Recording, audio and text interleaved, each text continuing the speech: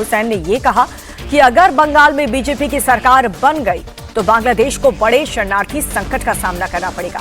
इसकी तैयारी अभी से ही शुरू कर देनी चाहिए। আমরা এমন একটা রিজিয়নে আঞ্চলিক একটা অবস্থায় পৃথিবীর এমন একটা স্থানে আমাদের অবস্থান যেখানে আমরা অনেকগুলো বাস্তবতার সঙ্গে আমরা জড়িয়ে আছি। এই বাংলাদেশে শরণার্থীদের ঢল নামানো হতে পারে সেই ধরনের চক্রান্ত আশেপাশে চলছে। মাননীয় স্পিকার, বিভিন্ন জায়গায় রোহিঙ্গারা অলরেডি চলে এসেছে।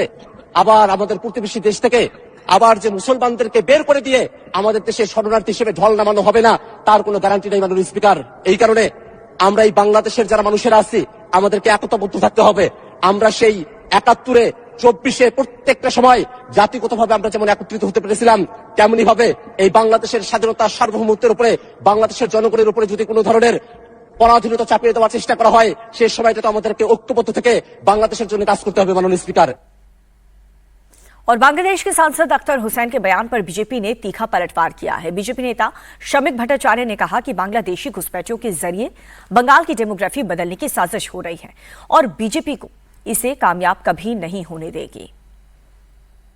क्या चाहते हैं जो बांग्लादेश का पूरा आबादी हम लोग पश्चिम बंगाल के भीतर घुसा ले, बांग्लादेश का रेडिकलाइजेशन पश्चिम बंगाल में भी शुरू हो जाए, बांग्लादेश के मुसलमान का कारण पश्चिम बंगाल में जो बसे हुए मुसलमान हैं उसका रोजी रोटी पर खत्म हो जाए, उसका ऊपर भी बांग्लादेश का थप्पा लग जाए।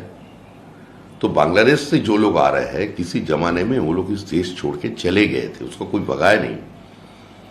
वो लोग नारा लगाया था कान में बीड़ी मुंह में पान, लड़के लेंगे पाकिस्तान, हंस के लिया पाकिस्तान, लड़के लेंगे हिंदुस्तान, ये उसका नारा था। आज वो लोग क्यों आ रहे हैं? ये तो एक इंटरनेशनल साजिश है, उसका तहत हो रहा है।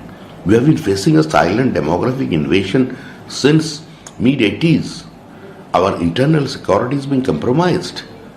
We cannot and will not welcome it under any circumstances. And I think there should be a political consensus, mass awareness and joint action with state force and the central forces.